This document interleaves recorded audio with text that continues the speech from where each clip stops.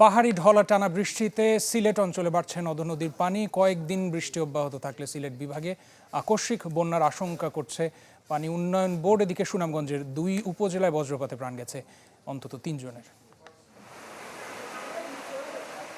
কয়েকদিন ধরেই অবিরাম বৃষ্টি সিলেটে। শহরতলিতে জলাবদ্ধতা তৈরি হওয়ায় তলিয়ে গেছে নিচু এলাকা, তাতে বেড়েছে জনদুর্ভোগ।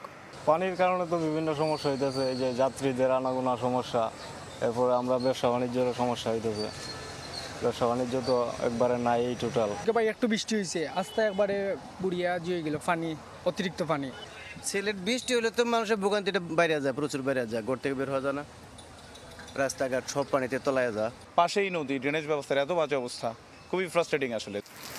সুনামগঞ্জে কয়েকদিন ধরে উজানের ঢল আর থেমে থেমে বৃষ্টিতে পানি বেড়েছে নদ নদী ও হাওরে। কয়েকদিন অব্যাহত থাকলে সিলেট বিভাগে আকস্মিক বন্যার আশঙ্কা পানি উন্নয়ন বোর্ডের। যদি কোথাও বিপদসীমা যদি সুনামগঞ্জ নদীর পানি বিপদসীমা অতিক্রম করে, সেক্ষেত্রে আতঙ্কিত হওয়ার কিছু নয়, কারণ এই পানিগুলো সম্পূর্ণটাই হাওরে ঢুকবে এবং আমি আশা করি যে দ্রুত পানি বিপদসীমার নিচে চলে আসবে।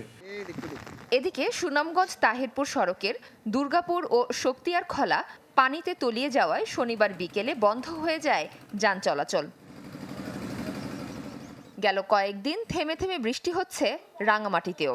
পাহাড় ধসের শঙ্কায় পাদদেশে বসবাসকারীদের নিরাপদ স্থানে যাওয়ার নির্দেশ দিয়েছে স্থানীয় প্রশাসন। আরো ভারী বর্ষণের সম্ভাবনা আছে।